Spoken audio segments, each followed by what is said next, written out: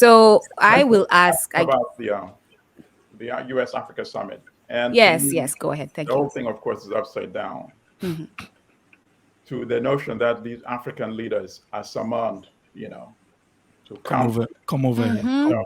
to the big Bwana, the big European Bwana, so Bwana is like a Swahili word for the big boss, right? Yes. Uh, to discuss U.S. Africa summit, and the administration was marketing it as a partnership.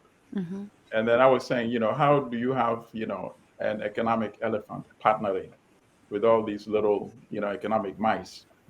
The thing is, if all the mice came together, they Mhm. would also become, they would become the, not just a economic elephant. They would Yes. become the, because they have the resources that have enabled the United States, Britain, Western Europe, Japan, and now China industrialize. You see? Why should the people that actually have the wealth be coming to beg? It should be the other way around. So the whole concept, I find this notion really comical. But because at the you have the proper type of leaders on the continent, they are not able to turn the game around, which is essentially what they should do. So we should keep on our conversation promoting Mhm. the rise of leaders that will do the right thing with the political opportunity. What the US is trying to do is to counter China, because China has been having China Africa summits. Mhm. And then this is where they discuss those loans that they put into many of the African countries. So the challenge is, how are we going to really impress it, not so much on the leaders, upon our people, really, that it is their duty to do whatever they need to do to make sure we have the right political leadership, because that's where it really begins. Give us a Thomas Sankara, give us a 54 Thomas Exactly. Sankara, we would not be running to Washington. It would be the other way around. Joe Biden would be coming there and saying, okay, I need your resources. Instead of saying, come here so I can tell you that I want your resources and I want you to give it at the price that I want it for. So maybe, Brother Omar, you can tell us, your own take on the summit and what you've heard in conversations in Kenya and other parts of the continent, because of course your show is not only Kenyan, but it's Pan-African and Pan-Global, in fact. So give us your take on this loudly heralded U.S. Africa summit. Definitely. So for me, I'll still focus on the media. So during the build-up of this summit, like you say, based on what we do, we usually go through a lot of news, like daily. We just skim the news, see what's going on in Africa. So during the build-up to this U.S. Africa summit, we noticed something weird. All the negative articles and stories on African leaders and presidents, Disappeared. the Museveni dictator, the Kagame is causing problems in DRC. Stories like that. All of them suddenly disappeared for that whole week, right? Building up towards the summit. So and then it goes to show you. So before on our channel, we used to call it Western media, right? Then we used to call it mainstream media. But recently, there's this term that I love so much, and it's called corporate media, right? That is it.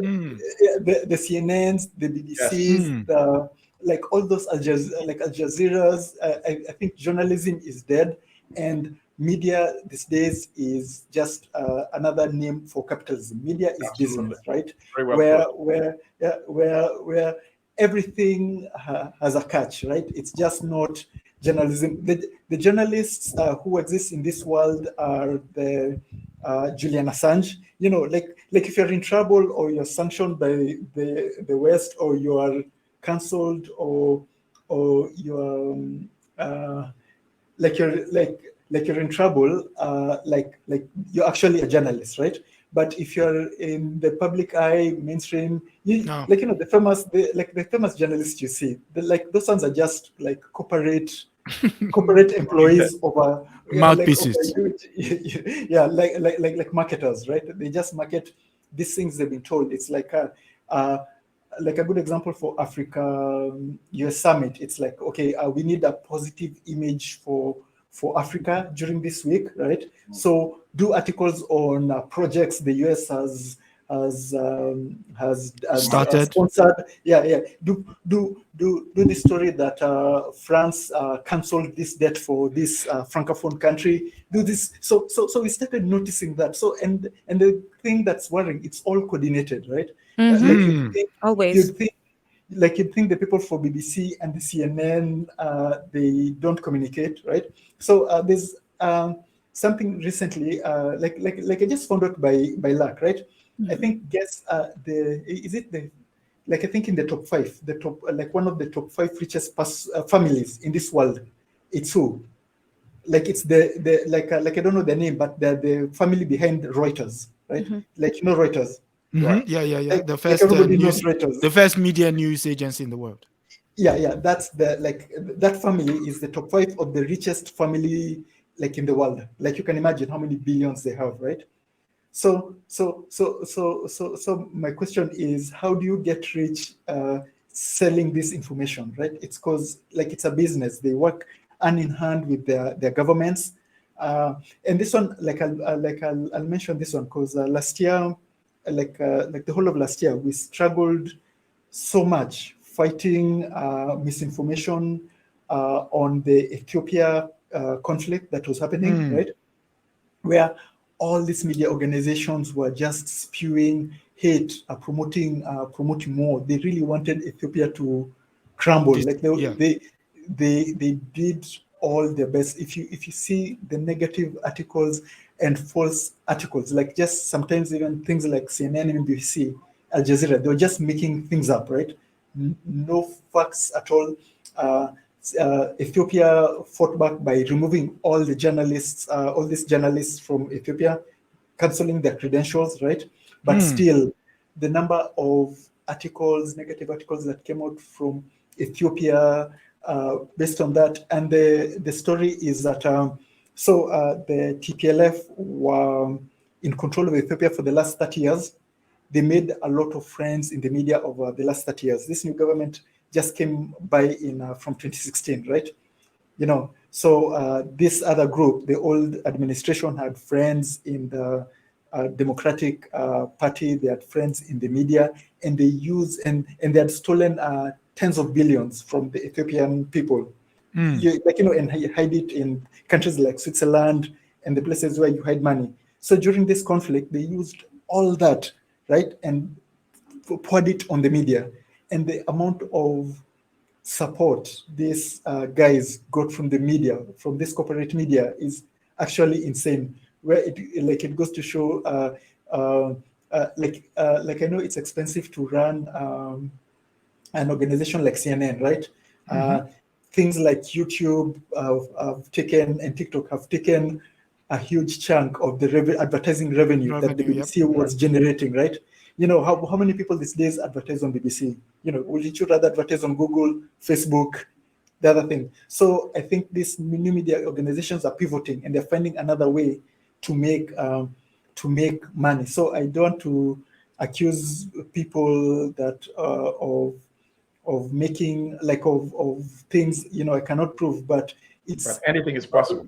Yeah, like it's my opinion or my suspicion that these days, if you want to push something in CNN, to push an idea, or like on BBC, to push something, an agenda on Al Jazeera, all you need is not the story, right? All you need is the money, and you can get what you want, right? Yeah. So Right. for me, And that's a couple of points you made about the coordinated, the way they work, which defeats the whole purpose of media. yeah, definitely. Your media, your news. How can it be that you all have the same stories, the same opinion, same view? And the best example, of course, was the NATO war on Libya. And I discussed that, by the way, in my book, Manufacturing Hate. They were all on the same page. Yep. And that page was the same agenda, regime change. Not a single one took a different position, whether it was BBC, whether it was CNN, New York Times, Radio France International. Washington Post, all on the same page. I remember one interview with it was a BBC quote unquote reporter, and I put in quotes because listen to what I'm going to say. He was interviewing the late Senator McCain. This is before NATO had gone into Libya. When things were building up, you can tell by the coverage and the statements coming from the White House. So, Senator, when are we going in? When are we going into Libya? I said, wait a minute. You're supposed to be a reporter, a so-called reporter. I just say, when are we going in? That to me just summarized the whole thing. And then number two, the way they colluded. During the Libya war, they were ethnically targeting Libyans that look like us, right? For killing, ethnic cleansing. They went to the city of Tawaga, which was populated exclusively by people that look like us. They ethnically cleansed that city of a population of 50,000. Who knows how many were killed, how many were driven out into exile. And they would write on the buildings that they burnt down, on the walls. This was done by the brigade to purge slaves on the wall. And they were ignoring this story. None of this was written except by a Wall Street Journal. I give them credit for that. Wall Street Journal, you would not identify that they would be the ones to especially. They wrote about it consistently. We wrote about it, of course, and we paid the price for it. I discussed in the book. They hijacked our website for 3 days.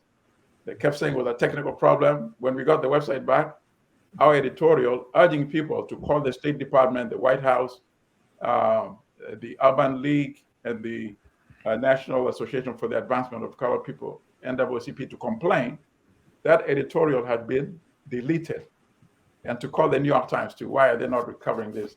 And we put the phone number. So I'm glad you are hitting on that in terms of their, collusion. And you're right. The best way to describe them is corporate media pushing a corporate agenda, but really not news. That is why you really add tremendous value. I think it's outlets such as yours that is actually going to actually deserve the term mainstream, you see, because you're going to be providing news instead of a corporate agenda. If you would like to expand a little bit on that, if Sister Nduko allows us to go over time a little. And then yes, we can go a bit. Listen. I was going to add a question. I was also going to add something to what Brother Milton had just said, but please, Brother Michael, go ahead.